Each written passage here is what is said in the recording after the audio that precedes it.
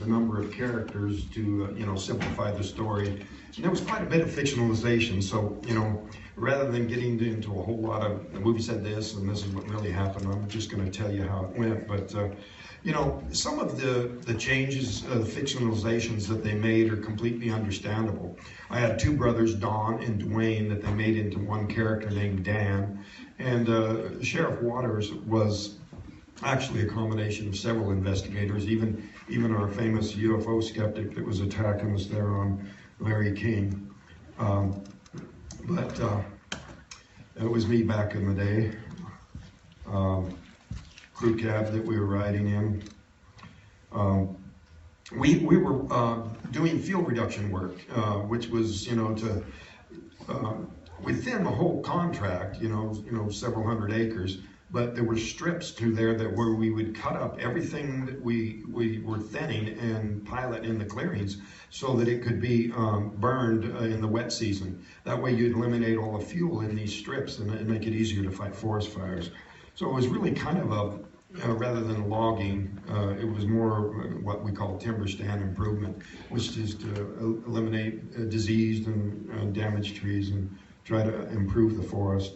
But we were driving out of there this day. We put in a long, hard day, and it was starting to get dark. We just loaded up our equipment. We're driving up through there, and we saw these glimmers of light coming through the trees. And, it was something out of the ordinary to start with, but not all that alarming. But we had been called, the crew being experienced with, chainsaws cutting trees. And whenever there would be a forest fire, they would call us out to fight the fire. And so, that's what we were thinking, because it wasn't that unusual.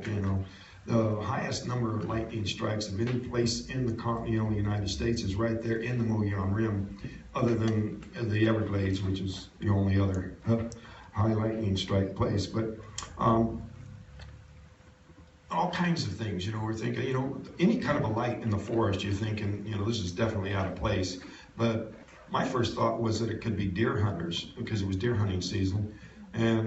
But the light was coming from higher than where the top of the ridge would be. This road was paralleling the crest of the ridge, and the light was from higher up. And I thought maybe it was the moon, but then we looked it over, and the moon's over here, and thinking maybe a crashed plane, all kinds of ideas popping up.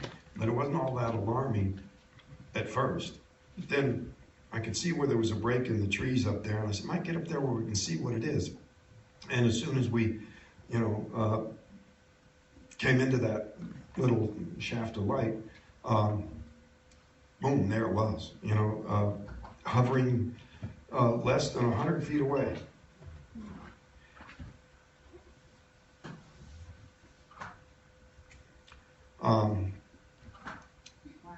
Our famous UFO skeptic that came up with the theory that it was the planet Jupiter, which would be a little tiny point of light way off in the sky. But, this was less than 100 feet away, clearly defined metallic object hovering there, outlined against the sky. And, Alan was in the back and he yelled out, "It's a flying saucer." There was just no mistaking it. I just had the idea that this thing was going to take off and it'd just be gone before I got very close. So I was throwing open the door even as the truck skidded to a halt. Mike didn't really know why, because I just yelled out, "Hey, Mike, stop the truck." Because he wasn't even all that concerned about where the source of this light was until Alan yelled out "flying saucer," and I said, "Stop the truck." And then he skidded to a stop, and I got out and started towards it. And Alan and Steve later said that it looked to them like I was in some kind of a trance, like I was under outside control. But it did not feel that way to me at all. I was just, curious and actually, kind of showing off a little bit for the guys in the truck, at first. But the closer I got, the scareder I got, and realizing that I'd really kind of got myself in a sort of an embarrassing, dangerous situation. And so the closer I got, the slower I got, and the more anxious they got and started really cussing me out. So they wanted me to get in the truck and just take off with them and get the heck out of there. But it was entrancing in the sense that it was so imposing. It was beautiful and frightening at the same time. Closer I got, I could just feel my heart just pounding, and some of the guys in the truck said it seemed like something was about to happen. And it wasn't just that I was getting so close. There was, I think, some kind of a charge building up, some kind of an electrical charge. When I got up pretty close to it, I was looking up at an angle, and it was just smooth as glass, the whole surface of it. Even though parts of it were metallic and parts of it were glowing, the whole surface was just perfectly smooth. John said it was beautiful and frightening at the same time. Even Mike said that, but John compared it to like a brand new Corvette or something, which is kind of an odd thing. But the sound was off the range of human hearing on the high end and the low end at the same time. You could kind of like feel it. I could feel it in my body, and those guys said that they could feel it in the truck. And when I got up and was looking up at it like that, suddenly the sound got louder. And, I was already scared, but I just sort of instinctively just jumped for cover. And there was a pile of logging debris in the middle of the clearing that was going to be burned in the wet season. But I jumped down behind the end of the log there, and those guys were really in a frenzy at that point, saying, "Get the hell out of there," So I decided to stand up and run back to the truck. And when I straightened up, that's when I felt this numbing shock go through my body. It was, I've never felt anything like that in my life, but it was kind of like an electric shock and kind of like just being hit by a truck, I'd had a couple of motorcycle wrecks before, and it was that stunning sort of a force of a physical blow and electrical at the same time. One of the crewmen, Dwayne Smith, and not to be confused with my brother Dwayne Walton, but a lot of people mix that up in the stories about this. But Dwayne Smith later became a journeyman electrician, and he said that in working around heavy industrial equipment, that when these giant switches would close, that surge of energy that he heard sounded to him like what happened when that blast of energy hit me. In one of the, in the police file, the sheriff's file, one of the deputies wrote a report saying that a crewman described it as looking like a long blue flame. Others describe it as like a lightning bolt or a blue-green laser blast. But they said the power of it was like I'd stepped on a landmine, like a grenade exploding, throwing me through the air so violently. It's really strange to me that with all the fictionalizations that Hollywood made about the incident, that they actually played that down. In the movie, it's just like this little spotlight comes on and just tosses the actor back. But it was so violent. John says that my body landed like a sack of meat, that I was limp with no defending myself when I hit the ground. Steve said it threw me like 20 feet, my body tumbling through this blast of light, so that they immediately concluded that I was dead. They said they were screaming at each other, "He's dead, he's dead, let's go." And I always try to explain that those guys were not doing anything cowardly when they took off at that point. Somebody in the truck screaming, "Get us out of here." But Mike's responsibility was the safety of the entire crew. And there was no sense in them hanging around trying to rescue somebody they thought was already dead. And so there was nothing unheroic about that at all. Mike was doing the heroic thing, actually saving his crew. And so he blasted down through that rough road, dang near destroying the truck. They got up there a ways, and they were arguing about what to do, and they were, saying, discussing what had just happened. And Dwayne Smith said, "I think it blew him to pieces. I think he disintegrated." And Steve was saying, "No, he was still in one piece when I saw him hit the ground." They saw some deer hunters, and they tried to catch them, thinking that they would get people with guns to go back, because they were already realizing that they had to go back. When they couldn't catch the hunters, Mike pulled over and said, "Look, we got to go back. And a lot of the guys were saying, no, let's not go back. Let's just go get help first. And when Mike said, look, this truck's going back. Anybody that doesn't want to go can just get out and wait here for us, and we'll get you when we come back. In the movie, everybody got out and Mike went back alone. In real life, nobody volunteered to stand alone in the dark. All the crew left them standing there. So they all went back, and I hand it to those guys. That was courageous. They were thinking they had to try to rescue me.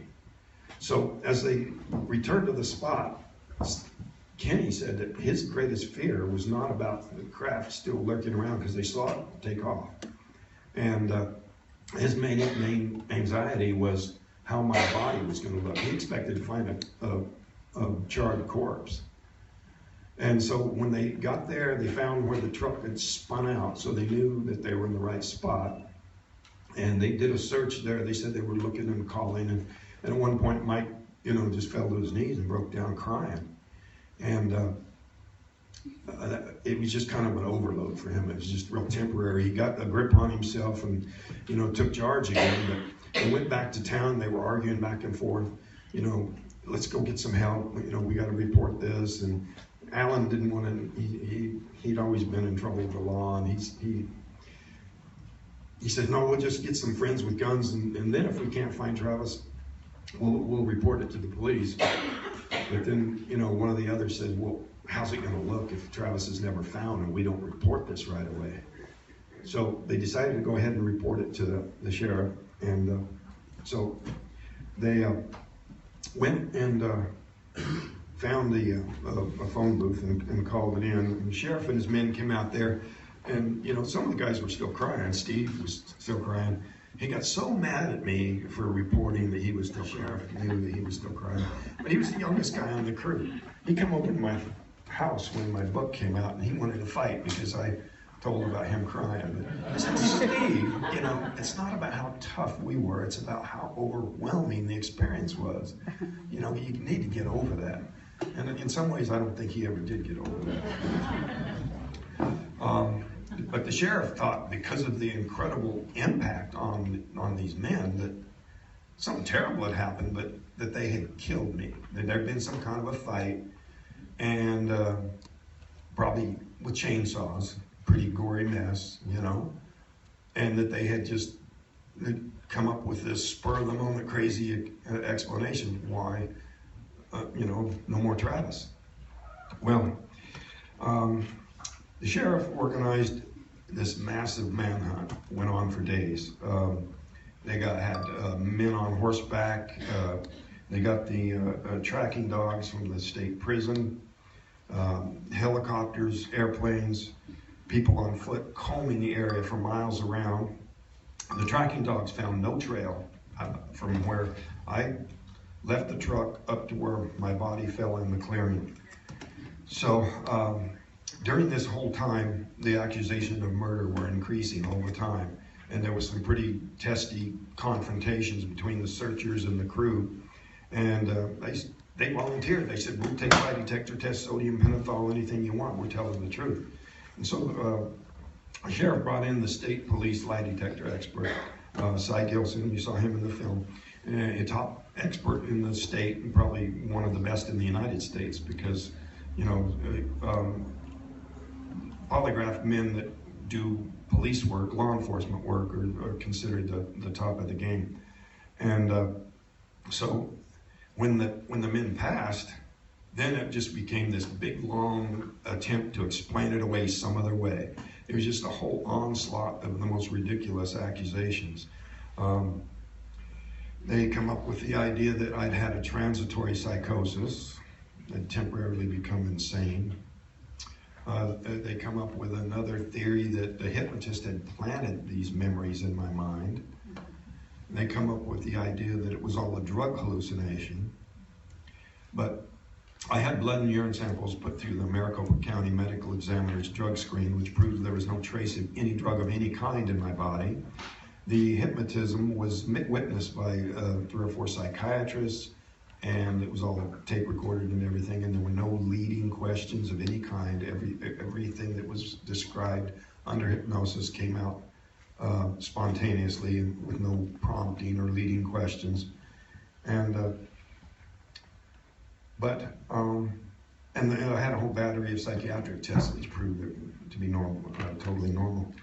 But, you know, it was absurd that anybody would latch on to those kinds of explanations. It seemed like the flimsiest way to explain it away. People would just latch onto it and say, yeah, that's why it never happened, you know. But if it was a delusion for me, how do you explain the 6 other men seeing the same thing? 6 men are not going to have 7 men are not going to have identical hallucinations, whether it be drugs or psychosis, and they didn't undergo hypnosis. So, you know, how do you explain them experiencing the same thing? So it was a long, hard battle fighting back against this kind of stuff. But what came out under hypnosis was very traumatic, you know. And before the hypnosis, I couldn't get it out. I couldn't finish a sentence. Not even my brother, who had kind of kept me away from the mirage, you know, mob of media and people, you know, trying to get at me. But the hypnotist's skill was to remove the emotion, at least to a degree high enough that I was able to, you know, tell what happened for the first time under hypnosis. I woke up, I was laying on the table, I was in a lot of pain, just pain. I didn't even know where I was, didn't remember even the UFO thing at first. And I was in and out of consciousness for a long period of time. But I knew something was terribly wrong inside. I felt like I was dying. I felt like I was suffocating. And there's a scene in the movie where the actor's held down on the table, these 3 beings are standing around him, and they've got a membrane over his face. And that didn't actually happen. But I think that's one place where they fictionalized that actually did a better job of communicating the reason for this out-of-control fear that I was experiencing. You know, I compare it to waterboarding. You know, even though the terrorists train for it, our own people train for it, still works, because that feeling generates fear that you just can't reason away. So combining the feeling of something mortally wrong with me, the feeling of suffocation more than anything, the dim lighting, the claustrophobic, it was a very cramped, small space in there. All that just combined to make, when I finally could focus my eyes, see, I thought I was in a hospital. I remembered approaching the object, and I thought maybe running away, I'd fallen and gotten hurt or something, and the crew had taken me to the hospital. But these were not doctors moving around me. When I could finally focus clearly, because it was just a blurry mess, then that's when I saw these beings standing there. And that extra fear gave me the strength to, you know, try to get away from them. I tried to move my arm and hit them. It was more of a push than anything I could, because I could hardly move. And I made contact with one of them, and he fell back into the other one, he or she, whatever it. It was softer and lighter than I expected. But this thing they had over my chest fell off when I rolled away in the opposite direction. And they came around the table immediately, and I was just keeping my attention just riveted on them. That was the biggest threat to me.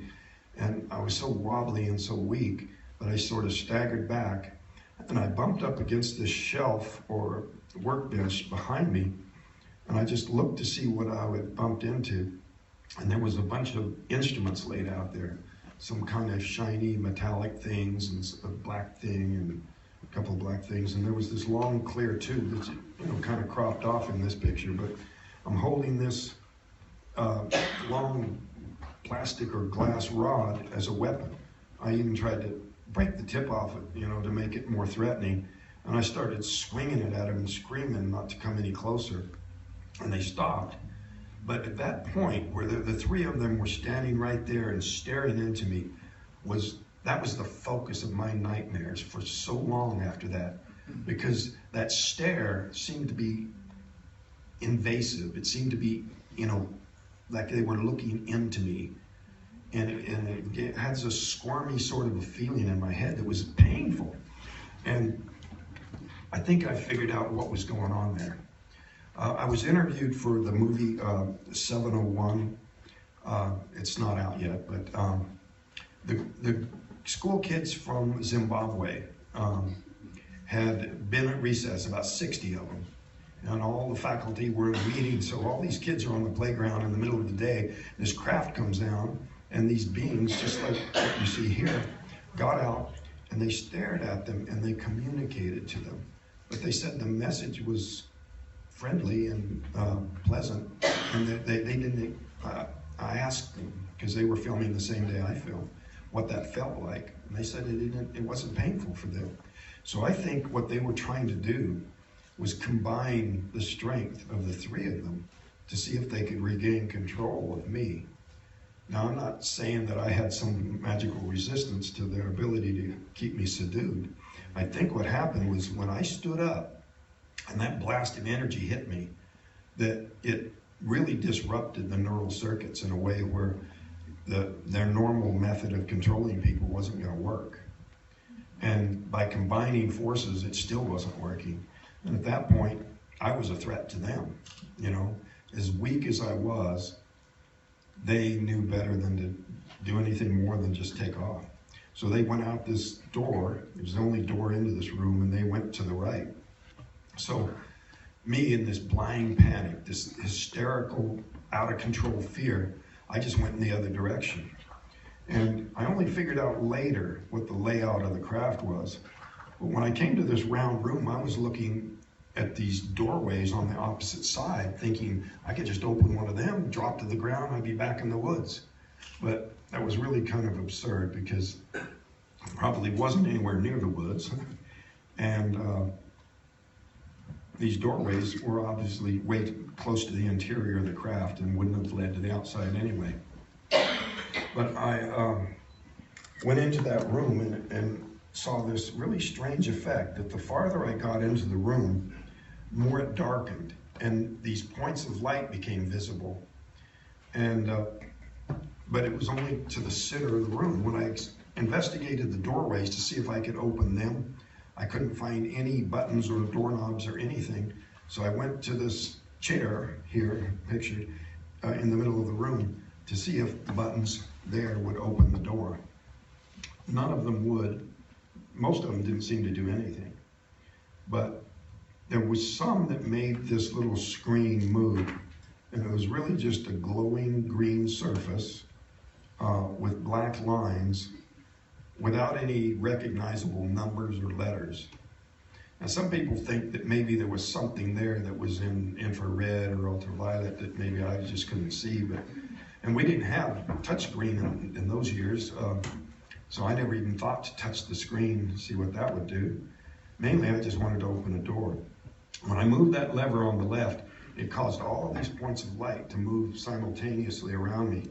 And it was a very dizzying sort of effect. So I decided I better not mess with that anymore, because that was rather alarming. And I was really already having trouble with balance. I felt really weak. And whether that was because the atmosphere in there wasn't right for humans, or because of some injury to my chest when that energy hit me, or perhaps even that gravity was heavier in there. But I felt really weak. So when something caught my attention from the door that I'd come through, I took this guy to be a human. I thought he was from some Earth-based agency, Air Force, NASA or something, you know, there to rescue me from these monsters. You know, that was my impression at the time.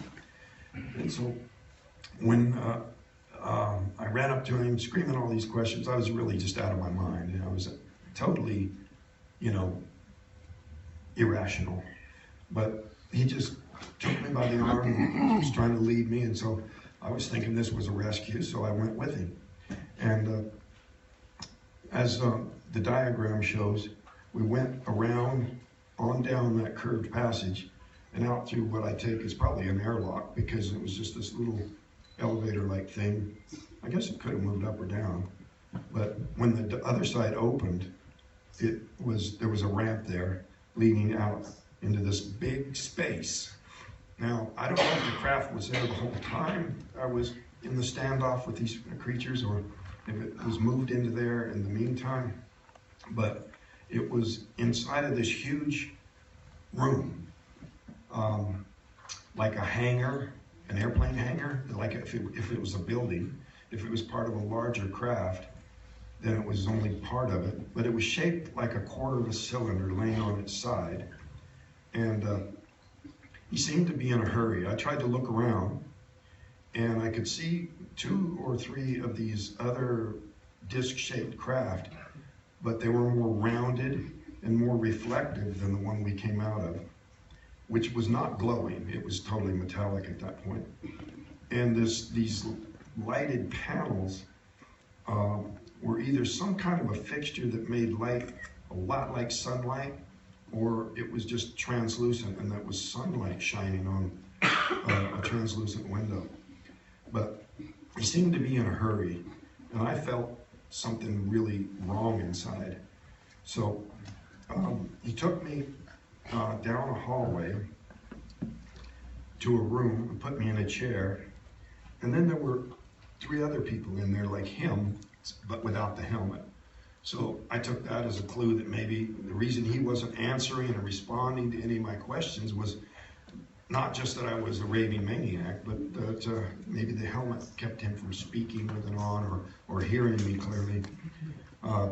So I started over with these other beings, and they started to try to get me to lay down on this table, you know, and I'd had enough of laying down on tables, kind of a thing, you know. I started to have misgivings about whether this was a rescue or not. And so I tried to resist. And I was in a pretty weakened condition. I mean, in those days I was very fit, but I felt pretty weak, and they felt very strong to me. They really didn't have that much trouble getting me onto that table. But in my panic, I was able to jerk one hand free and get just the edge of it under the mask that they put on my face. But it was too late. I just blacked out. Didn't hurt, everything went black. And my next memory was lying face down. My head was on my shoulder, on my arm, and it was cold. The surface was cold on my hand, but my clothes still felt warm. And there was a light above me, and I looked to see where the light was coming from, but it went off before I could, direct my eyes in that direction. But there was the bottom of this craft hovering silently, totally silent, above the roadway, very shiny. I could see the surroundings reflected in it. And then it just shot straight up. I mean, it didn't turn on edge. It just stayed like that. And you'd think anything that moved that fast would just break the sound barrier or something. But it just kind of stirred the air right there and on the limbs of the tree and went past. But in spite of the fact that this was in the woods at night, there was this feeling of relief. My most recent memories were of the fear, of a panic, a feeling of claustrophobia, being trapped, of being in mortal danger. And then suddenly I'm looking at the woods and familiar, and I look down the hill at those lights, and I recognize that as being Heber, the town nearest where this happened. So I ran down into the town and found a phone booth, and went into the first one, the one on the right there, and it was out of order. Last of my strength. I tried, pounding on a building that had lights on, and nobody came. But so this was my last hope, and so I went into the middle one, and it worked. In our part of the country at that time, you didn't have to have a coin to talk to the operator, just pick it up and dial O. And I made a collect call to my brother-in-law, Grant. Coincidentally, at that time, at that exact moment, was the wreck of the Edmund Fitzgerald. And years later, I did a radio interview, and this disc jockey from the Great Lakes area was telling me about this. He was saying during the wreck of the Edmund Fitzgerald that they had a number of UFO sightings. They'd actually scrambled jets to go investigate. And 29 people went down on that boat, and every one of them disappeared. They never found a single body, which was really strange, because when the boat tipped on end, the point of it would touch the bottom, and the rest of the boat would still be above water. And so it wasn't that deep at that spot. but everybody disappeared. And one of the crewmen's name was Grant Walton. While I'm talking to my brother-in-law Grant on the phone, and he thought that this was another prank call. They'd been having a bunch of them, and he started to hang up on me. And he's just real sarcastic, like, I think you got the wrong number. You know, like he didn't believe it was me. And I screamed, no, it's me. I convinced him it was me. And he said, okay, I'll get your brother and come and get you. I said, brother, you know, my brother lived in Phoenix. That's 180 miles away. But I hung up, and I must have just passed out or something, because I was, next thing I know, I'm waking up in the bottom of the phone booth, and my brother's opening the door, and these headlights are shining in there, and he picked me up out of there and put me in the truck. And I was trying to tell him what happened. Like I said, I couldn't finish a sentence. I just, you know, was sobbing and breaking down. That fear that I had been through was the most recent memory. And but he said something about how worried my mother had been during the previous days. I said, days? He said, Travis, you've been gone 5 days. And he saw the shock on my face. He said, Travis, feel your face. And I had a 5-day growth of beard. I looked at my watch, the date had changed. For some reason, that was just like the last straw. I just kind of went catatonic there. And my brother put his arm around me, and I was just sobbing. I was just a wreck, just a total wreck. And he said, that mob is not going to get a hold of this guy. You know, unbeknownst to me, you know, this had been worldwide news before I was ever returned. There was film crews from England and Japan, and people walking through the flower beds in my mother's house, taking pictures through the window. Steve said that they came to his house and was taking pictures through his bedroom window. Just crazy stuff, you know, and all these prank calls and crank calls coming in. But there was some that seemed to be well-meaning. There was this one lady said she was a nurse, and that she had been on duty when this elderly couple came in after having a UFO experience. And when she came back on shift, they were gone. Records were gone, and everybody was saying, this never happened.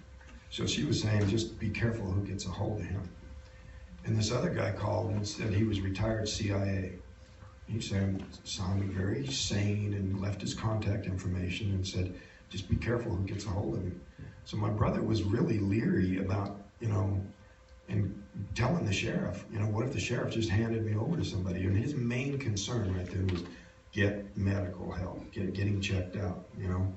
And that was impossible up in that area because it was just such a madhouse. So without even reporting it to the sheriff, he just took me to his home in Phoenix, 180 miles away.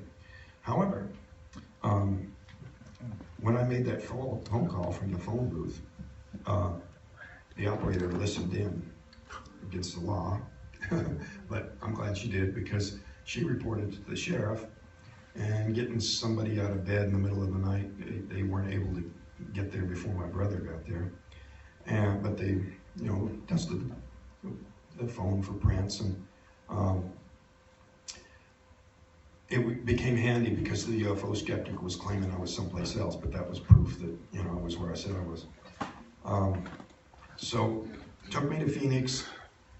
Long story about trying to get some medical help. There would have been some UFO investigators on site, said get in touch with us. Went there, and the guy said, well, I'll send you to this medical doctor, friend of his, and it turned out the guy was just a total quack. He was not a real medical doctor at all. He was just calling himself a doctor. So, but we were finally contacted by the Aerial Phenomena Research Organization. And this is a picture of my brother at my wedding. And, you know, he really did save my life because I was in no shape to handle the kind of interrogation that would have happened to me if he'd have just turned me over. And he was shielding me from the news media. They were just calling and knocking on the door. And so when they called his place, he told them, well, we took him to a hospital in Tucson, you know, just to get him off the trail. And so the Aerial Phenomena Research Organization, they figured out that, no, I was probably with my brother. And so they said, well, look, we've got real doctors in our Phoenix membership. You know, he needs medical help. We'll, you know, work with us and we'll get him checked out. And the doctors actually came to my brother's house, did a house call. You know, it's not that nowadays.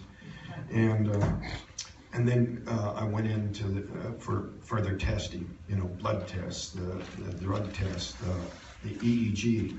They did a brainwave scan, and this backs up my theory that the hypnosis that the aliens used to control people weren't working on me because of some kind of neurological changes on account of that energy. And the EEG showed that there was an anomalous pattern. And it was especially valuable because of the media scrutiny was so high that I was put in there under an assumed name. And the technician was just told to look for signs of injury. And this was at world famous Barrows Neurological Institute, world famous brain trauma center. And so when we left Barrows, we were spotted in the parking lot. There he is! And they chased us through traffic. It was that crazy. And so this is L.J. Lorenzen. He was the head of the Aerial Phenomena Research Organization, predating even MUFON at the time by some years, and oldest and largest organization at the time. And there was Dr. James Harder, University of California at Berkeley, who performed the hypnosis on me. And Arleo Sprinkle, head of counseling and testing at University of Wyoming at the time, he reviewed all the psychiatric tests that were performed independently by others. And Dr. Jalen Hynek, he was the man behind, hired by the Air Force for Project Blue Book. And I was telling you about 701, the movie. That's a reference to Project Blue Book, the 701 cases that were unresolved after Blue Book. But Dr. Hynek issued a statement after meeting with me that I'd been the victim of unfounded accusations and I was not hoaxing. But that night, those nightmares, night after night after night, was just about that stare, that excruciating stare. And aside from the impact, the aftermath of it was almost, the memory was almost overshadowed by all these crazy theories, all these attacks. I was hiding from the media. They're saying he's a publicity seeker, but I'm saying I don't want any interviews for weeks. And so that didn't kill the story when I wouldn't agree to an interview. It just made it more negative. So I was forced to come out of seclusion and to rebut some of these crazy theories that were going around. And it was one thing after another. This is kind of an aside, I can just tell you about it. I got this topographical map that divided the state into 70-some areas, and just coincidentally, the area where the incident happened was numbered Area 51. So either some kind of sense of humor on the map paper, or quite a remarkable coincidence, but there was a lot of coincidences associated with this. But this wasn't a coincidence. When we went back to do some interviews 15 years later for the soon-to-be released movie, we had trouble locating the spot. And I didn't know why. I thought it was because of all the snow. Paramount was so determined to get there, they rented these big snow cats with 4-foot wide treads to go through the snow drifts, 3 feet deep, and got us to have an interview on the site. But so the difficulty locating the exact spot wasn't because of the snow, it was because the trees had changed. Found out later that Mike noticed that and went back the following spring and discovered that, like this tree was nearest where the craft had come down. And it was 6 inches in diameter at the time of the incident, and it was 85 years old. And in only 15 years, it doubled in diameter. And since the outside of the tree contains much more volume than the inside, it was calculated that these trees were producing wood fiber at 36 times the rate that they had for the previous 85 years. And we went back to the site to film for National Geographic, and we found a stump of a tree that had been logged the year immediately preceding the incident. So that tree had never been exposed to any effect from the UFO, but it was kind of a benchmark of the growth conditions on that ridgetop going back 200 years. And the growth rings resembled what you see there to the left here. Very little variation, some weather changes over time, but nothing like this huge leap in thickened growth afterwards.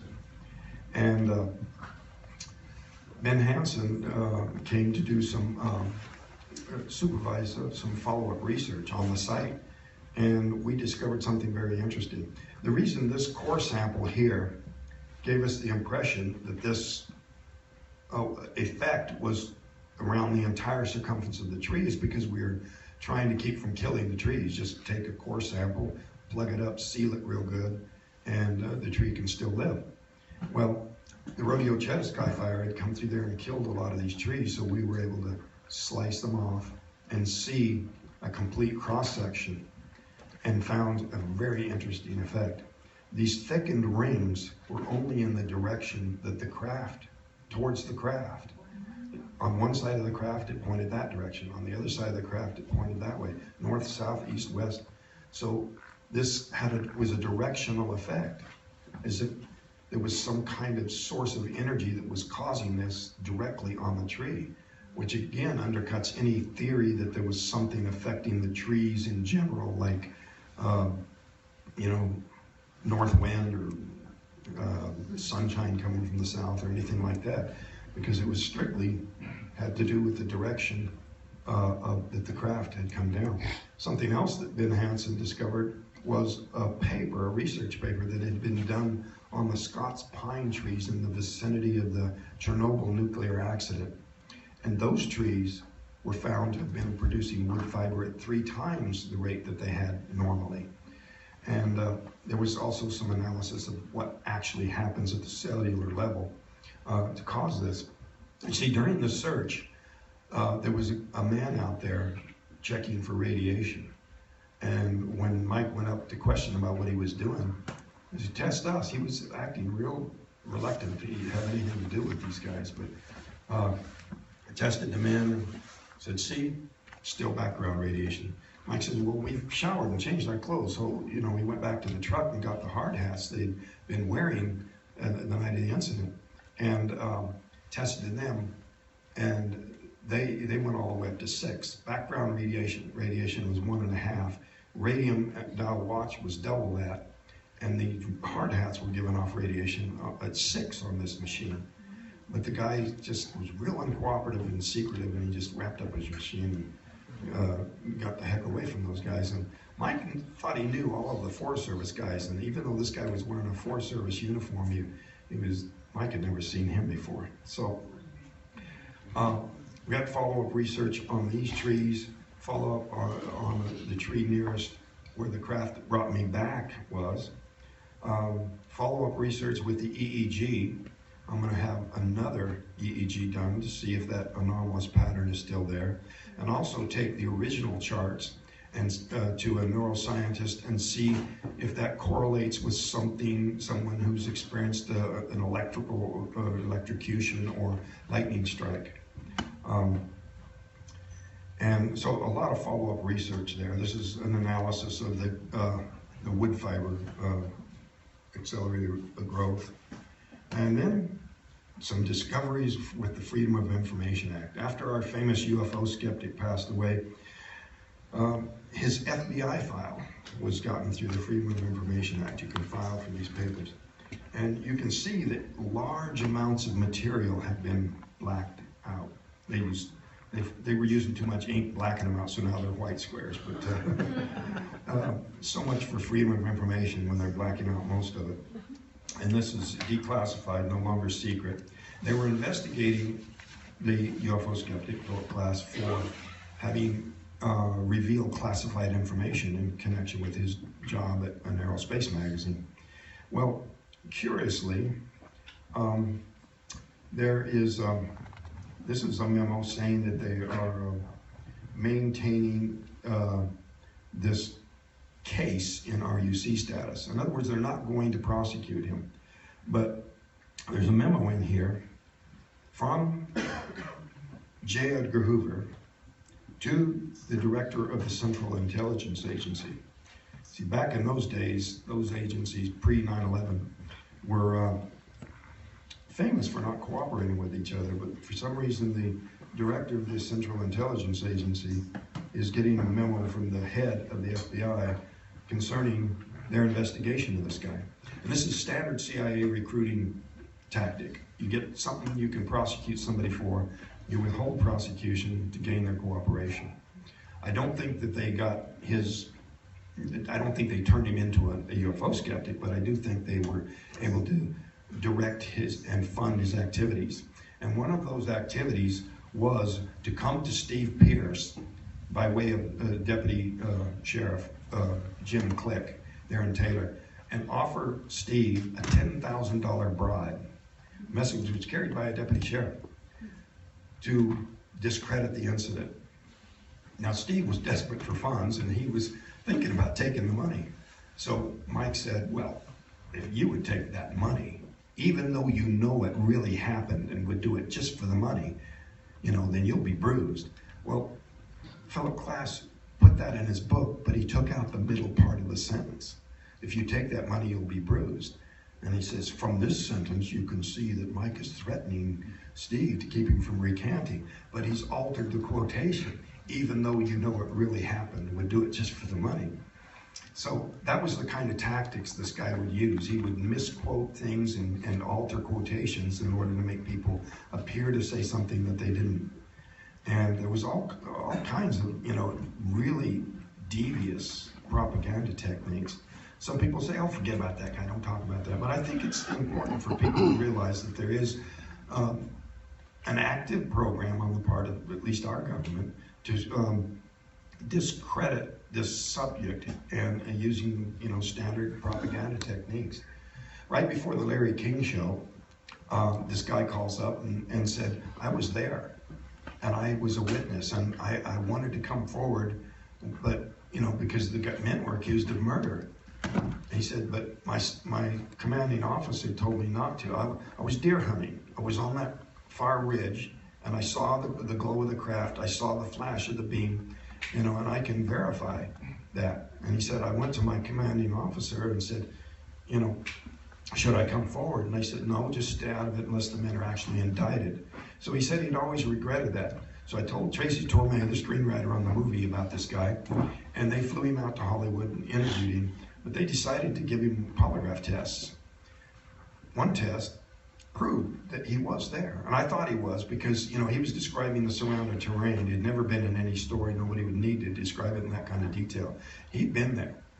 And he was telling the truth about having been there, about seeing the glow of the craft, the flash of the beam, and telling the truth about being in military intelligence.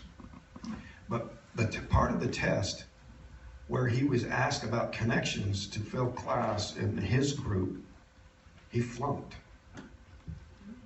And so, to me, that suggested that they were trying to insinuate this guy in there, that somehow that they were either in cahoots with these aliens or at least monitoring their activities in the area. We're going to try to use that as a foot in the door to discredit it, maybe even on the Larry King show. But it backfired because the guy flunked his test. So I found out from a guy that was in one of these patriot military type militia groups, he said that he described this guy. He came up to me, he said, this guy, he said he was, and he described the guy that had come to me, and he was infiltrating our group. So he was still active in working for the government, infiltrating things. And so, that was all just more evidence that this guy was working. These are quotations from the FBI file. He was not popular with them.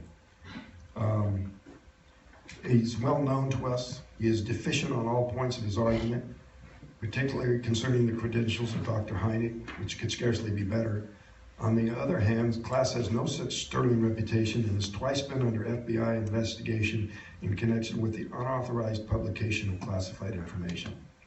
His previous communications generally have been accusatory or argumentative in nature.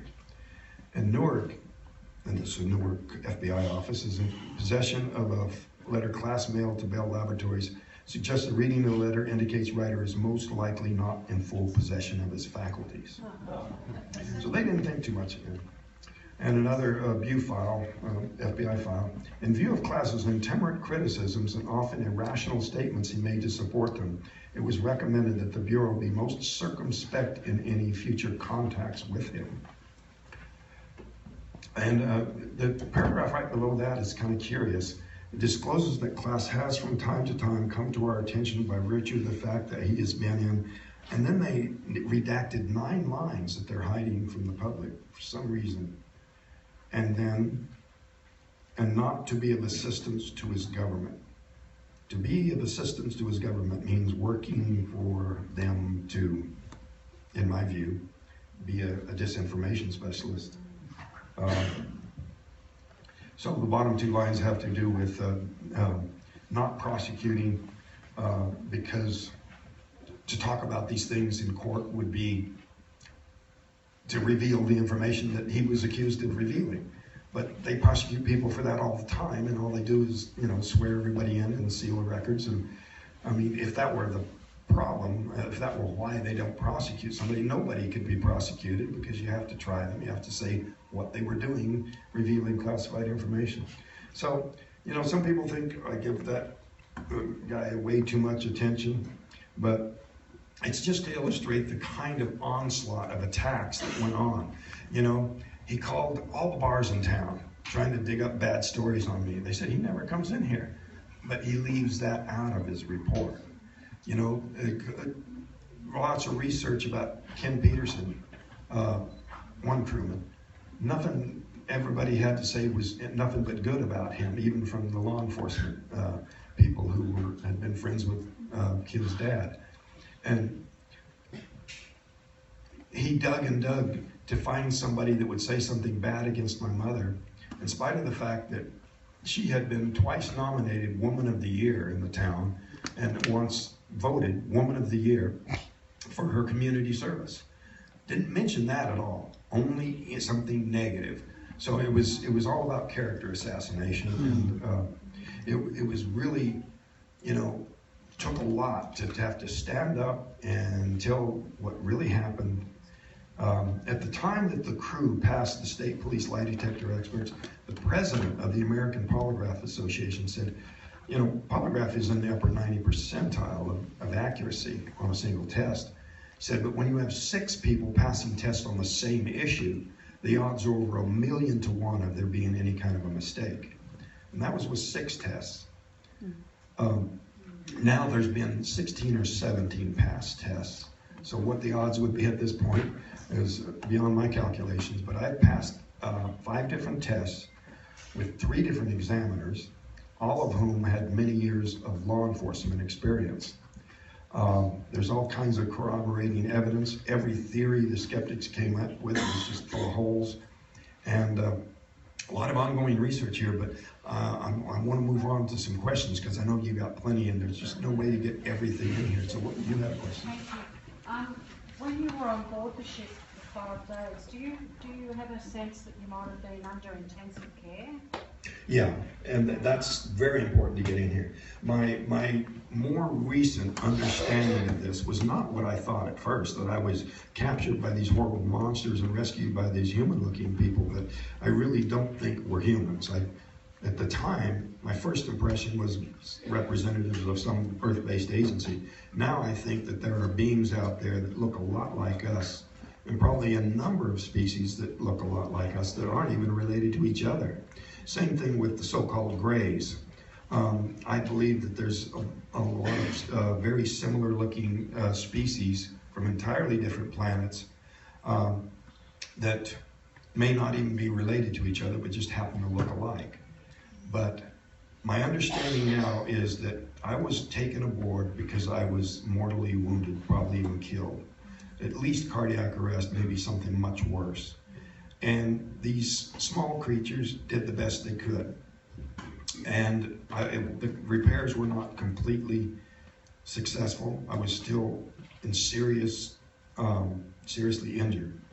So I think these human-looking beings having more similar form and probably better equipment were the ones that finished the job of reviving me and putting me back in shape. And so rather than it being an abduction, I now think of it more as an ambulance call, you know, that because of an accident caused by me getting too close and this energy discharge passing through me, that I was accidentally hurt, my own fault, and that they had to fix me. Otherwise, I'm galactic roadkill. You had a follow-up question? Yeah, sorry about that.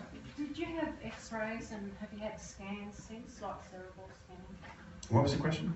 Have you had x-rays? Have there been any evidence of fractures or did you I had some have very scans? thorough medical tests, upper body x-rays and stuff, and everything was great. You had a question? Yeah. Hi, Travis. Have you had further experiences since then? I used to say, if I did, I wouldn't tell anybody, but I'll tell you about one. February 4 last, we left a MUFON meeting. Jan Harzen was there, Tracy Torme, the screenwriter, he spoke. And after we left there, we were headed up the 5 in Los Angeles towards the 10, headed home. And these 3 lights came at us, and we all of a sudden realized there was a gigantic black triangle over the top of us. And it kind of tipped sort of up on edge right as it got to us. I mean, this thing was like a city block at least, maybe an 1/8 of a mile across. It was gigantic. And I just wondered why there weren't people running off the freeway and stuff like that, you know.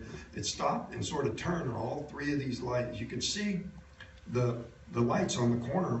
To me, they look more like a propulsion unit. You know how when you look at the burner on a gas stove, how the points of light in blue are brighter, but it's all kind of a shimmering blue circle.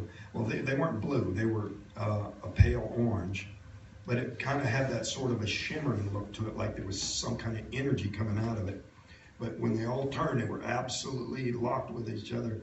My son was driving, my girlfriend was in the back seat, and she said when it passed over, she looked out the window and it turned and went back west towards the ocean. And so I thought, you know, why isn't this all over the news, you know? But people don't look up. When we got home, we told my oldest son about it, and he went online and he found this rather obscure website called UFOstalker.com. And it's set up kind of like Google, where there's a map and you can report. And he found that at that time and place, there was another dozen reports that soon afterwards of people that saw what we saw, right there clustered together. So a few other people did see it too. Probably a lot more. It's just that most of them didn't report it to anybody, and the few that went to this site was probably just a fraction of those that we were reporting it elsewhere.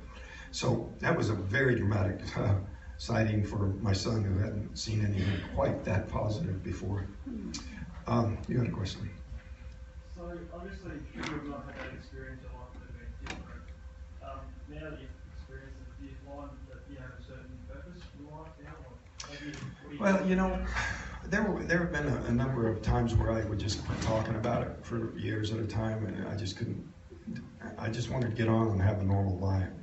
But sometimes somebody would come out and make some outrageous claim, and I'd just get out there to see how easy it was to shoot them down. This one kid was saying he was the sheriff's nephew, and that he had the inside story, blah, blah, blah, and everything he said.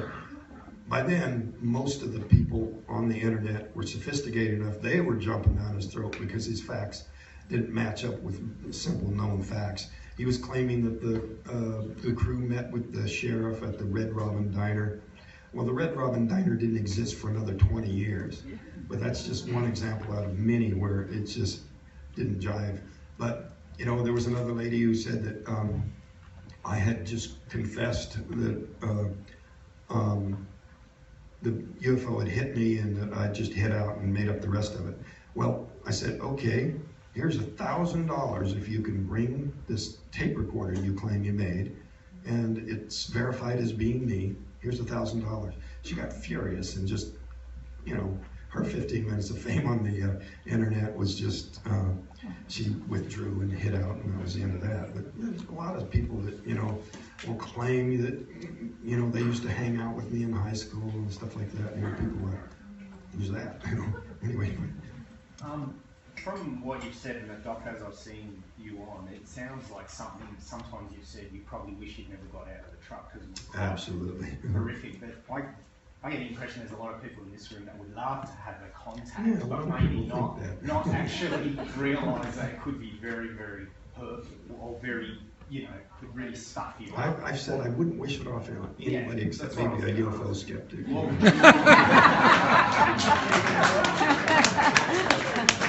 I want to ask you, what would be your recommendation of people who are kind of always really wanting this experience? And secondly, Well, how much do you think? be careful what you wish for, But even amongst our crew, I found out here just a couple years ago that Kenny, one of the guys on the crew, actually has gone back there, camped out on the site on the anniversary.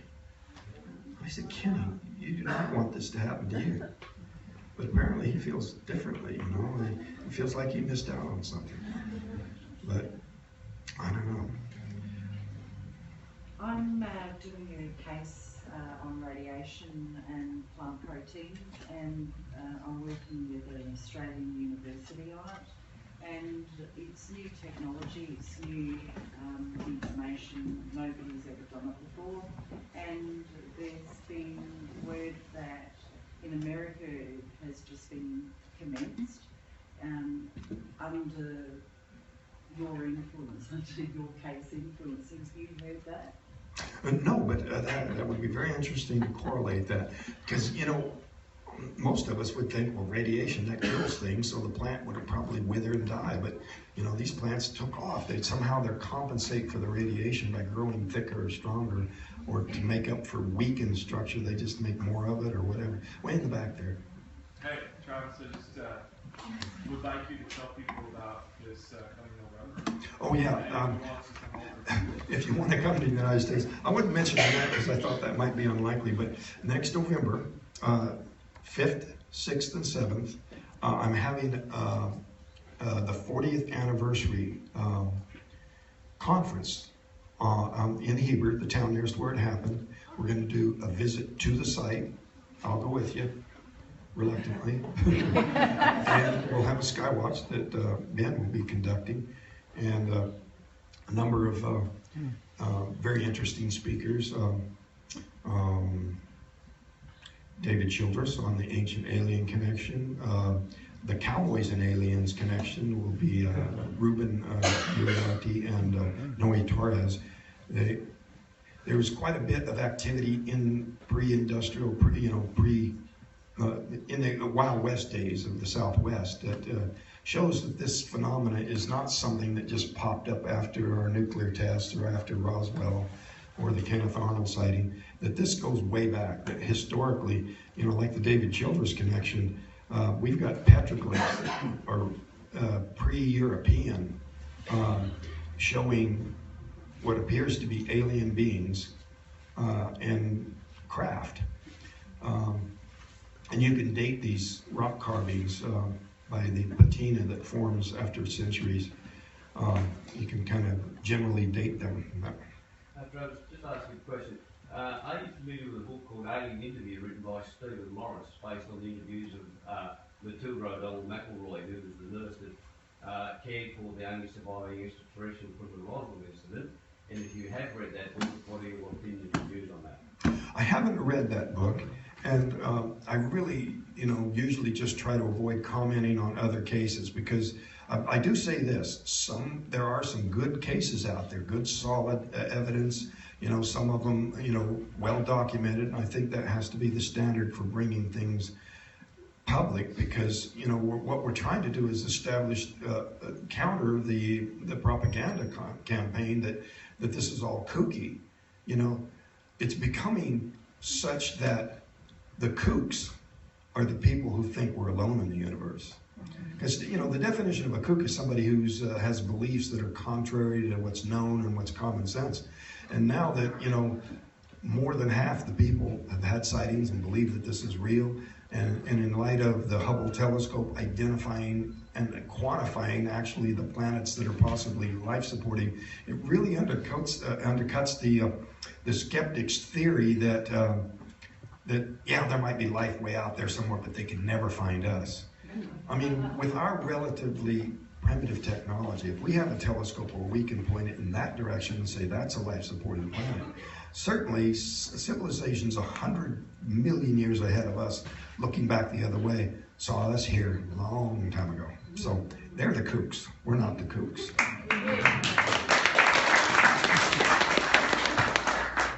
Just one question. A lot of abductees end up with scoop marks or scars on their body or spots.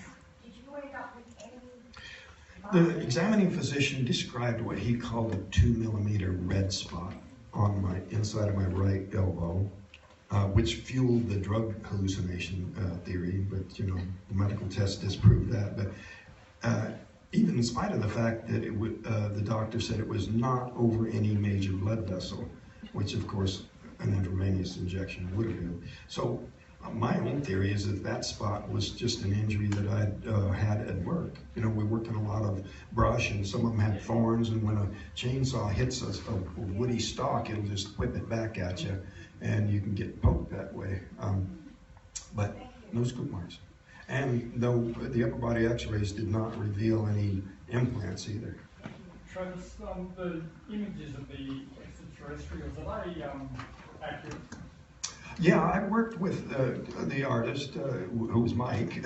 He'd never done anything before that or since then, but he did 20 different versions before settling in on the one. I think these ones like you're showing there, where they have this black covering, I think that's to protect their eyes. I think that's some sort of like sunglasses appliance that, because the creatures that I saw had eyes that blinked with a pupil and an iris, but it was very dimly lit in there.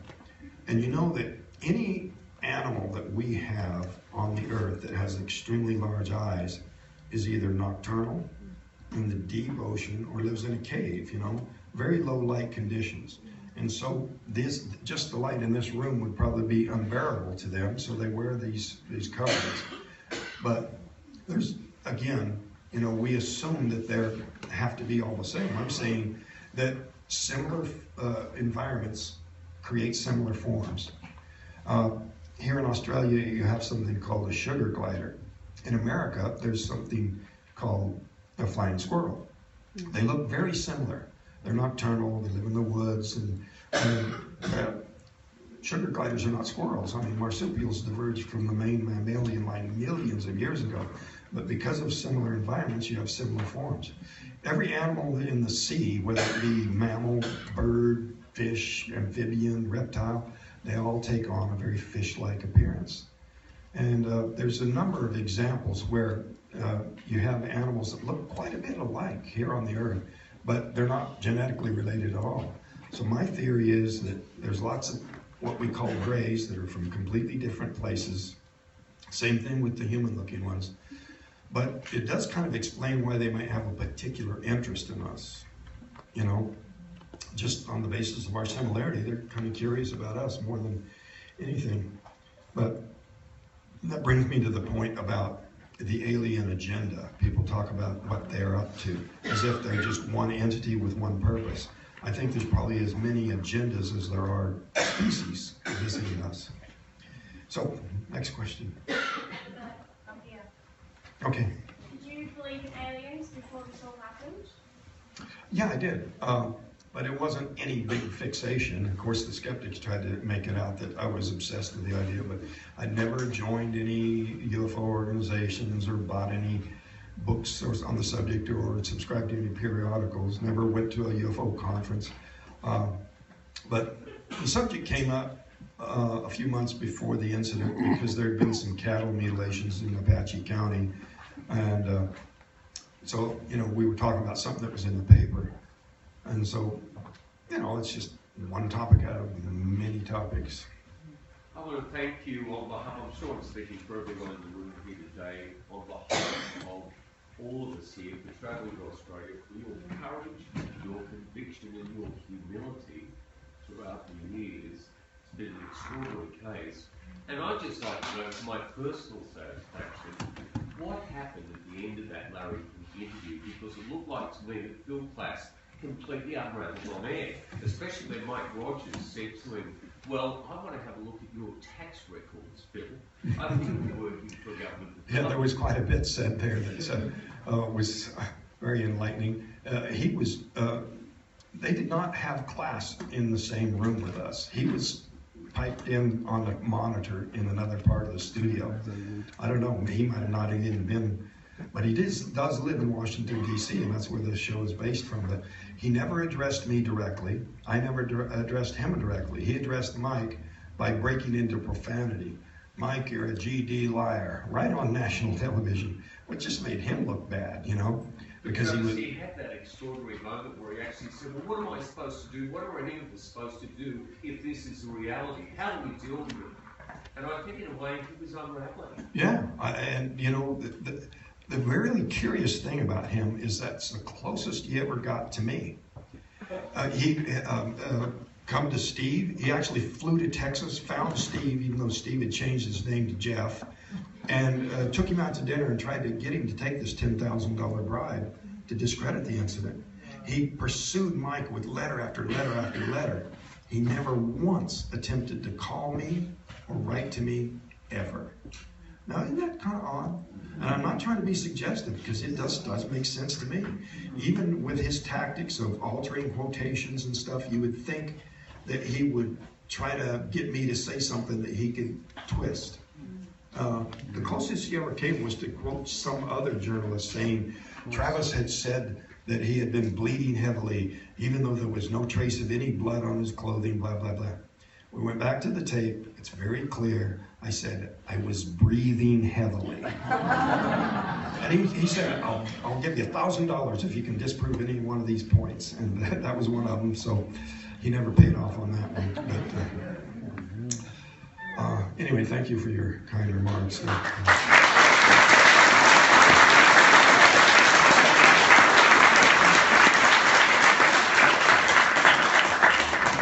There is a lot of ongoing research, follow-up research. I was describing the further EKGs, further studies on the plants, follow-up on a number of things, and trying to locate the original Apple files, which mysteriously disappeared, along with the sheriff's file.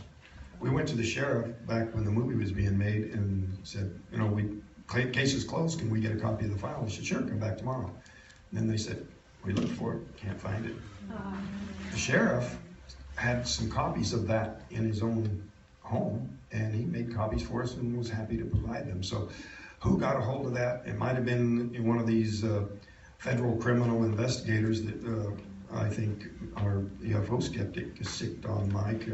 Came to Mike and wrote up a bunch of stuff about his contracting, a basic confession, and tried to intimidate Mike into signing it. He says, that stuff's not true, I'm not signing that. And you know, the guy became enraged. He was a huge man, very intimidating, but he left. But we found out that he had gone to the sheriff and examined the investigation of the UFO file. So, and to this day, Mike says that this federal guy just keeps messing with him. Well, walk up to him when he's in the store and stuff. Harassment, where the government's, you know, actually taking money out of his account. This is really strange. He went to the bank and said, you know, small amounts are disappearing here and there at periodic intervals. What's going on here? And they said, we're not allowed to tell you. And, and she said, all right, I'll tell you, but I'm not supposed to tell you this. It was the IRS. So Mike went to them and said, what are you guys doing? And they immediately refunded every dime with interest. Now, isn't that strange? Yeah. You know, maybe it's just some kind of harassment. I mean, if they had any legal judgment or anything come down, that they would stand their ground. But why, you know, panic and give him the money back with interest? It was, you know, that's the opposite of the way the IRS works. But the harassment continues. But we have to push forward. And you know, you were asking me about, you know, why I'm still talking about it. You know, it gradually dawned on me that I can't escape it. You know, I have to accept the downside of it. I've tried going away and not talking about it, but gradually, you know, I come to realize there's a huge responsibility here too.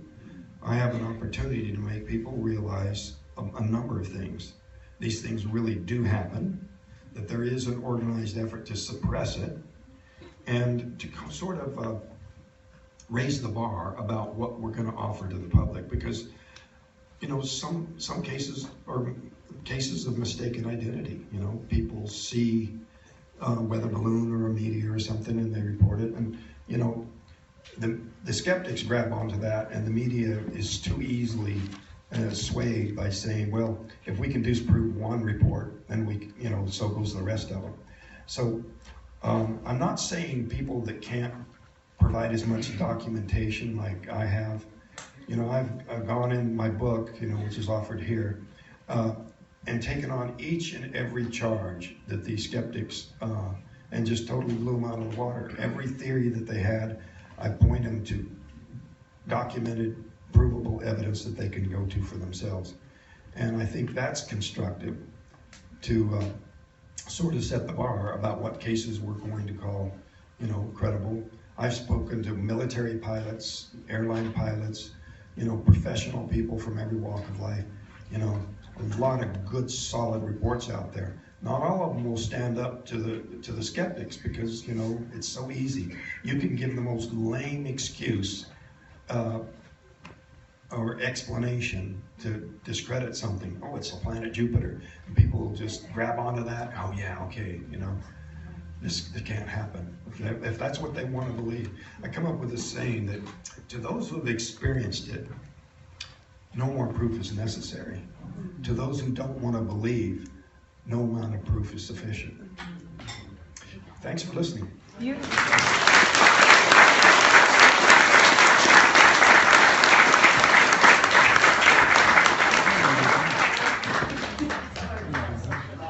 Okay. We still got the room. Go ahead. What's your question?